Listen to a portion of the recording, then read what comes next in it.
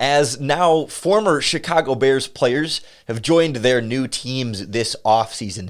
You can hear a little bit of excitement or relief in being out of the Bears organization, or more specifically, I think, away from the previous Bears regime and embraced by a new organization.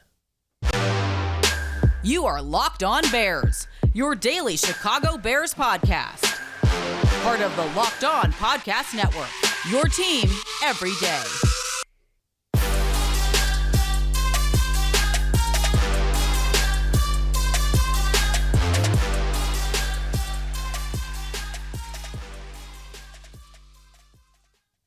This is Locked On Bears, and I'm your host, Lorin Cox. I'm here to bring you your daily, in-depth Chicago Bears news and analysis. You can follow me on Twitter at CoxSports1. You can follow the podcast on Twitter at Locked On Bears. You can like Locked On Bears on Facebook, join the Locked On Bears Facebook group for even more Bears talk, and make sure you hit that subscribe button on the Locked On Bears YouTube channel to keep up with all of our video podcasts as well. Thanks for making Locked On Bears your first listen today. On the show today, we'll hear from a few former Bears at their new places and a surprising amount of excitement, energy, and happiness from them compared to how we saw them sort of finish their time in Chicago. This sort of new opportunity, this breath of fresh air for a lot of them seems to be particularly refreshing, and we'll kind of check in on what their new opportunities look like and how that compares to what they had in Chicago and now what Chicago has without them.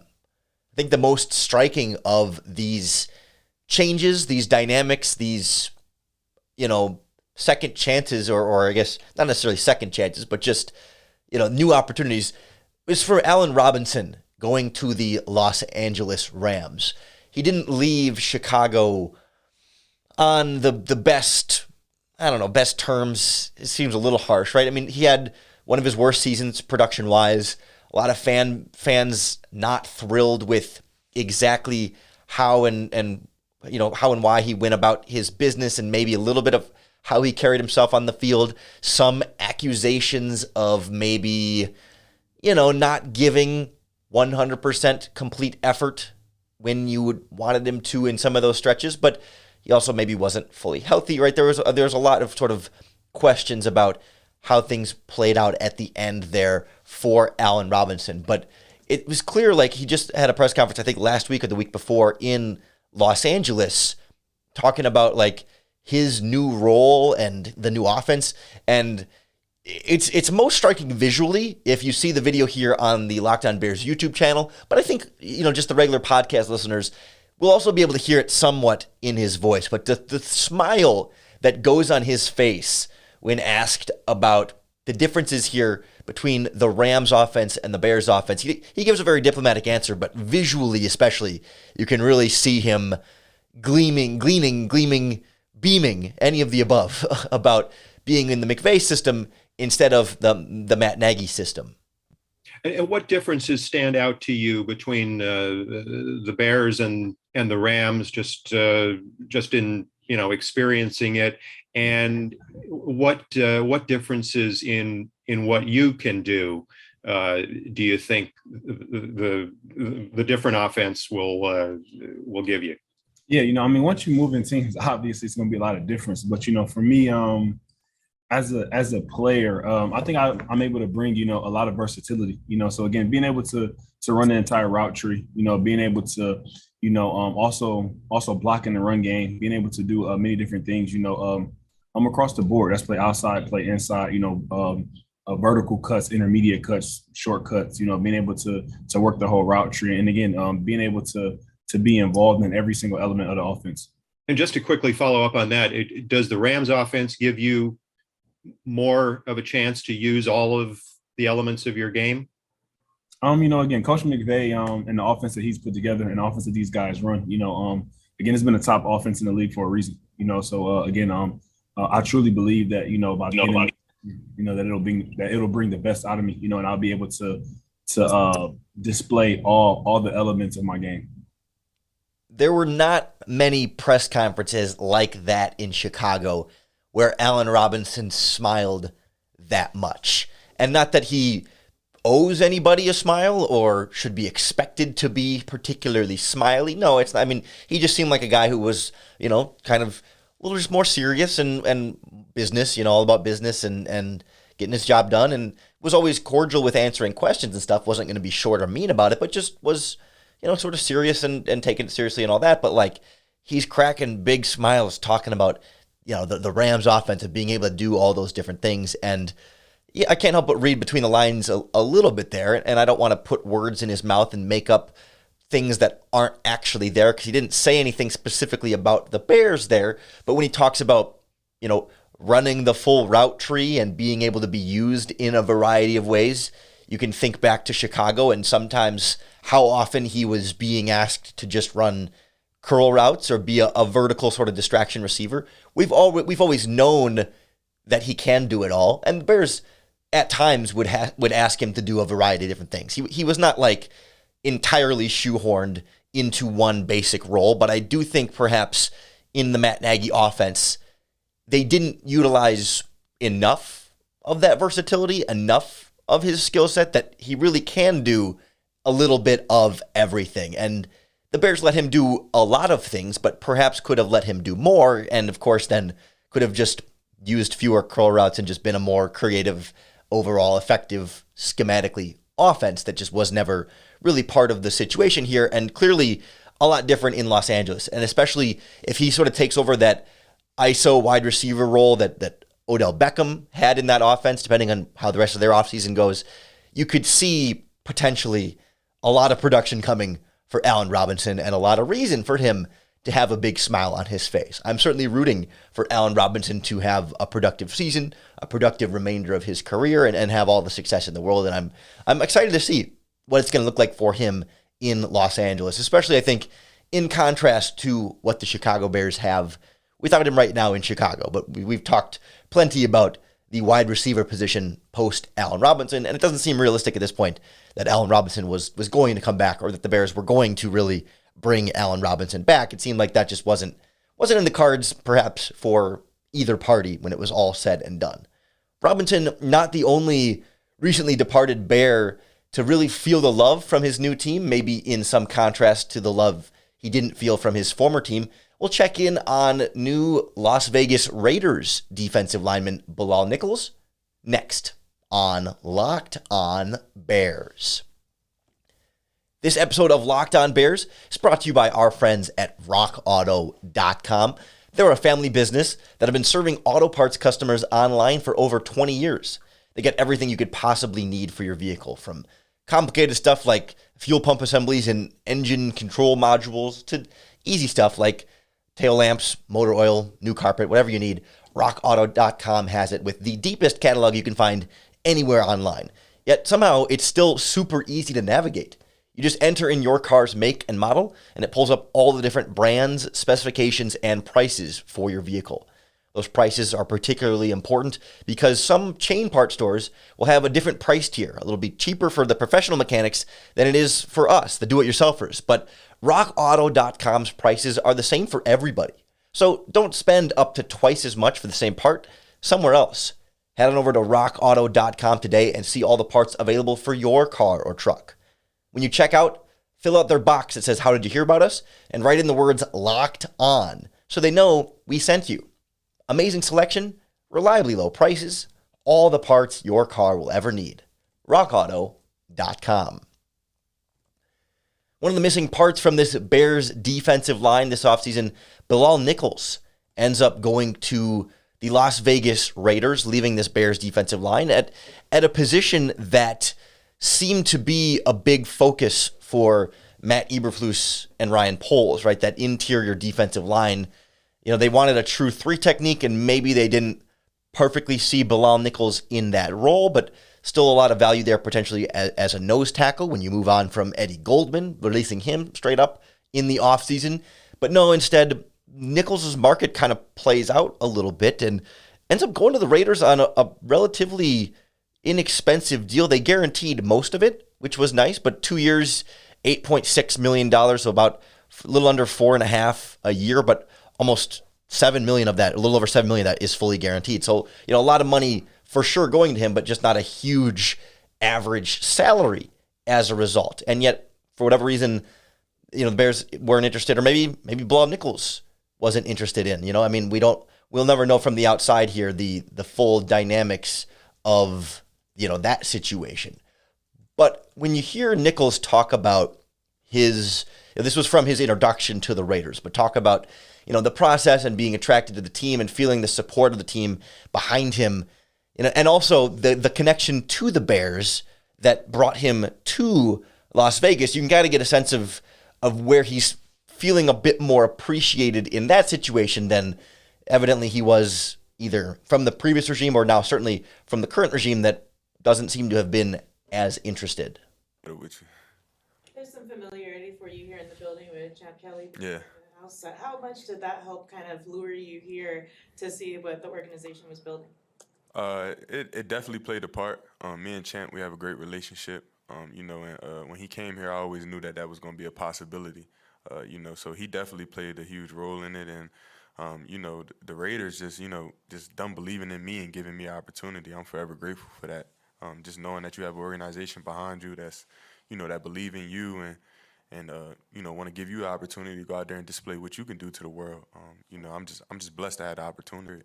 Having played the Raiders last year, was there any particular player that you saw or played against that you really kind of stuck out to you as being a teammate you really were excited to play with?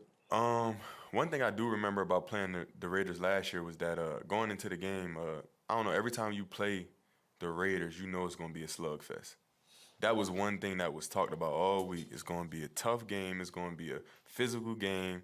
It's going to go down to the last minute, and it's going to be a slugfest. So I just remember when we played them last year, it was a situation where it's like everybody was very physical and gritty. And that basically won me over because I tried to play the same exact way. So for me, it was like coming into a philosophy where I try to do the same exact thing. It was a no. That clip there, of course, courtesy of the Las Vegas Raiders, and actually it was two separate questions at different parts of the press conference, combined together, one leading right and the other, but they weren't in that exact order. There was other questions in between. But regardless, so what stood out to me there was his talk about the Raiders being a slugfest and sort of that physicality of the team, and that being something that Ryan Poles has now made a big emphasis for the Chicago Bears. And Nichols noting that from the other organization, from the Raiders, and saying I want to be a part of that. And I just wonder if there's a through line there of Ryan Poles seeing the Bears previously before him as being not physical enough and not quote unquote tough enough, or not showing enough toughness perhaps on the field. And maybe Bilal Nichols sort of being a part of that, but maybe wanting more of that. And of course, then seeing that in the Raiders. So maybe Nichols seeing that as I want to go to the Raiders and be a part of that. And Poles seeing Nichols as being part of sort of the previous aspect of a Bears team that wasn't tough enough. And I would still think that given the price that Nichols ended up going to the Raiders for, it would seem like the Bears just genuinely weren't all that interested and didn't see him as exactly the fit they wanted in this 4-3 defensive line, although the Raiders are going to do a lot of similar types of, perhaps hybrid type looks with their defensive line, under their, I think Patrick Graham is their defensive coordinator, who's, known for doing a lot of different things there to try and kind of mix some things up now in the days after the defense they were running last year was very, very sort of basic and a little bit more troublesome than what they're working with now. It's still a 3-4 for them, but they'll show some even fronts and stuff in the nickel defense as well. So I just wonder, when you look at this Bears defensive line and how big of an emphasis that was and how they really didn't do anything else at nose tackle. They signed Justin Jones to be that true 3 technique, but otherwise went with Angelo Blackson and Kairos Tonga, who were both holdovers from the previous regime to kind of be that nose tackle. Is that about them not seeing that wide of a gap between those nose tackles and perhaps Bilal Nichols sliding into that role relative to, in Las Vegas, he can be more of that 5 technique defensive end, that 3-4 defensive end position that doesn't fully exist in this current Bears defense that maybe just scheme fit wise, they didn't see him as quite that guy. Because like Nichols said there, right? He'll play anywhere. Throughout that press conference, he said he doesn't care if it's nose tackle, if it's defensive end. Like he'll line up wherever and just wants to win and do what's best for the team and all that. I think he could have found a home in Chicago, but then you start to account for just the salary cap space the team did have. And even though Nichols came back on a relatively affordable deal there at just over $4 million a year, a $4 million cap hit this season, it would have been easier to make room for that. But given how little room they had for things in general, it just didn't seem like that was a very large priority of theirs to have him back on the defensive line, especially when they can replace him with a Justin Jones for what will be this year at least a very similar price tag on the salary cap. The cap hit at a very close number, but I'll certainly be keeping kind of an eye on what Justin Jones's production is in this defense compared to what Bilal Nichols' production is in that Raiders defense, and we can look back and say, okay, did the Bears make the right decision there, or should they have kept Bilal Nichols, who again sounded very happy to be welcomed and embraced by the Raiders, perhaps in a way that the new regime wasn't welcoming and embracing him in quite the same way. So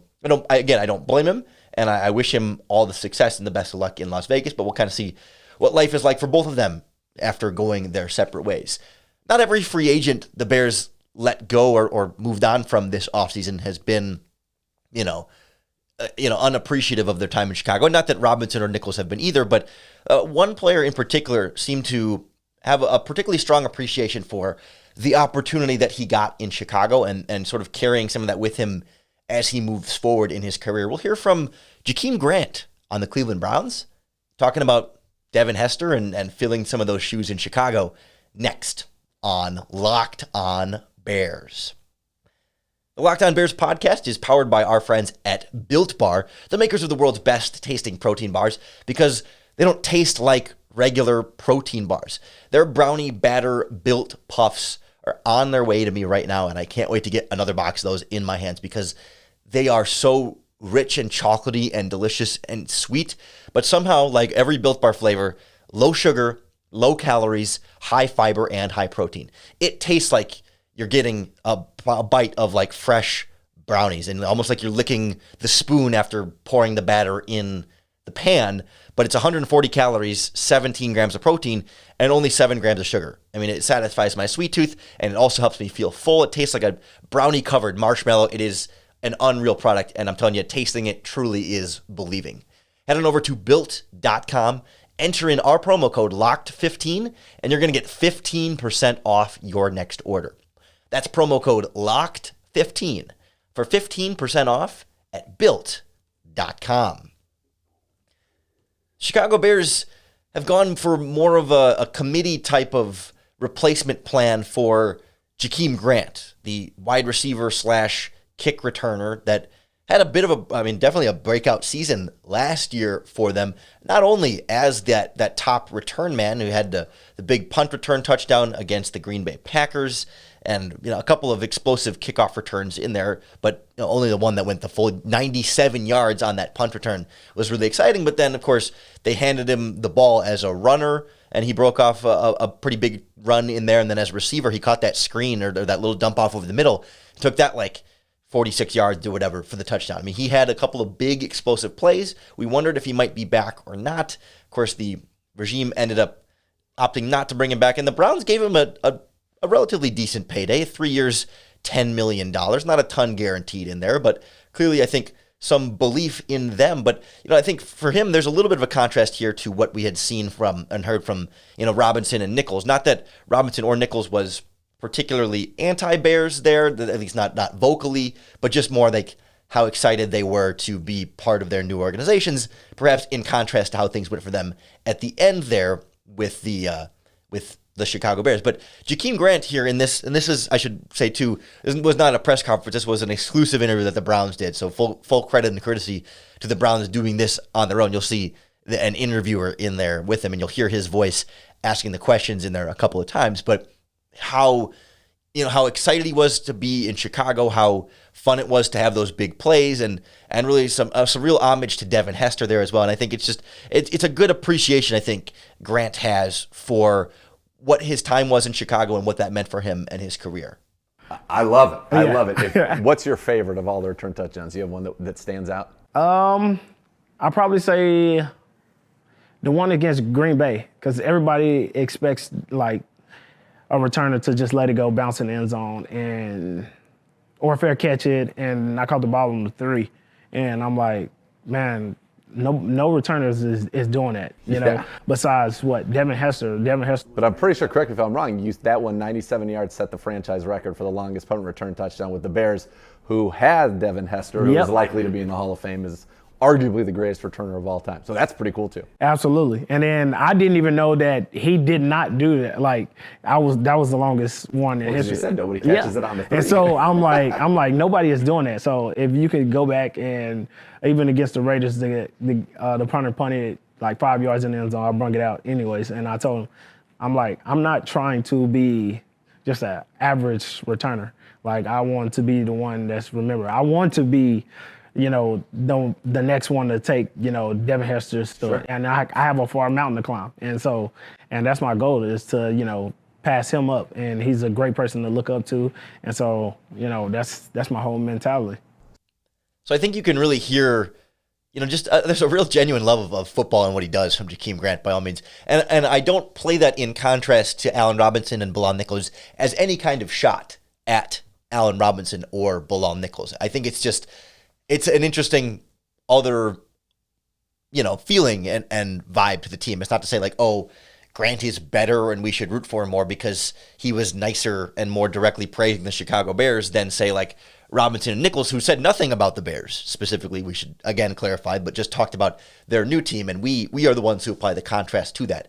But I just think it's really interesting to hear Jakeem Grant, you know, talk about Devin Hester and filling those shoes, and even talking about, like, one of his goals would be to pass Devin Hester in terms of, you know, kickoff and punt return touchdowns. And, you know, he's got 4 career punt return touchdowns and 2 career kickoff touchdowns. So he's got a ways to go, and he will turn 30 in October. So it's probably a little bit of an ambitious goal there. But of course, like, you got to set the bar high and try and do it as great as you can there. But he also, earlier in that interview, talked about how it's cool to go to the Pro Bowl and feel that support, not only from Bears fans, but from fans across the NFL. And I think, you know, it stands out that, you know, not everybody is having such a terrible time in Chicago or whatever we might think other players were experiencing. Because for Grant, it just so happened to work out, not only as that special teams player who can catch a punt at the 3 against the Packers and take it 97 yards, but even, you know, getting in on offense. For all the criticism we had of